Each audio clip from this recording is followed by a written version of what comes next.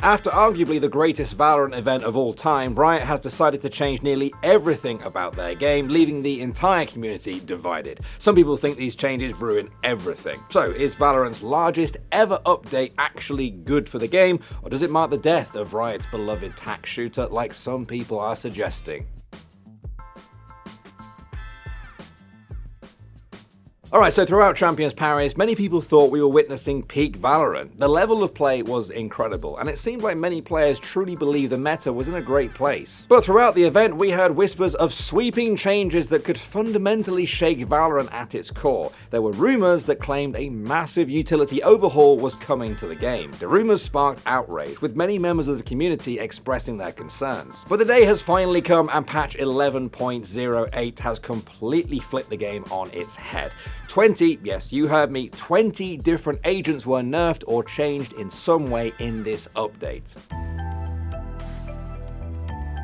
Before we get into the video, I'd like to thank our sponsor, Omen. This year, Omen has been our portal to possibility by sending us all across the world to cover the biggest events in esports. And thanks to them, we were able to go to Paris and capture all the excitement from VCT Champions, the most anticipated Valorant tournament of 2025. Unleash your ultimate gaming potential with the Omen Max 16 laptop. Crafted for powerful performance, the Omen Max 16 is equipped with up to an Intel Core Ultra 9 processor, offering gamers desktop-level performance anywhere encased in a light, portable body they can take on the go. Then there's also its groundbreaking new self-cleaning fan technology called Fan Cleaner. Powered by Intel, this built-in feature periodically reverses the fan's direction to prevent dust buildup for absolutely peak reliable performance. And for the first time ever, Omen gives players the ability to manually overclock their laptop CPU and GPU for max performance up to 250 watts total processing power without having to go into the BIOS. Thanks again to Omen for helping players navigate through any gaming obstacle to reach new levels with the Omen Max 16, now available at omen.com. And now, let's get back to our story. Alright, so we're not going to go over the changes to every single agent, otherwise we would be here all day, but here are some of the big ones. Initiators were nerfed across the board, and each rechargeable ability now takes 60 seconds to come off cooldown. These nerfs will definitely make people value their utility more. You can't just use it for the hell of it, and guns like the Operator or agents like Chamber may have indirectly gotten a bit of a buff because of it. Utility will need to be used wisely to push opponents off dangerous angles. All of the do lists were also nerfed slightly, but most notably,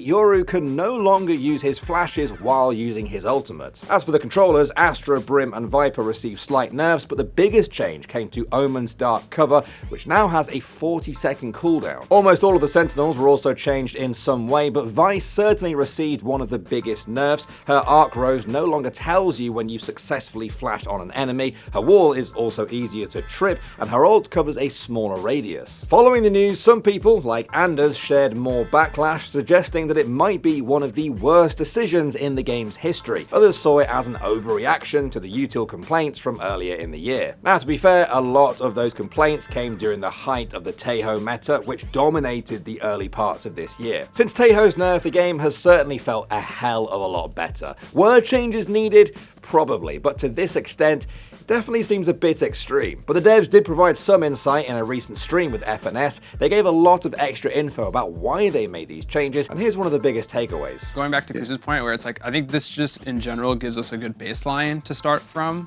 where we can, like how Kuz mentioned again, we can now very confidently say like, oh hey, we can push power because of these reasons. I think for sure this just gives us a great, ground zero, like you mentioned before, where it's like, okay, who's falling below the mark, who's overperforming. The devs mentioned that they'll be keeping a close eye on all of the agents and listening to feedback so they can make any necessary changes during the VCT off-season. But patch 11.08 also brings changes to Pearl and Abyss, two maps that were notoriously some of the most hated in the game. They've made it so defenders can actually play on site if they want to, and these changes honestly look pretty good. And if that wasn't enough, Riot has also completely changed the way that gunplay works in their game. This includes changes to gunplay, near sight vision. Whoa. Wait, did you just see that spray?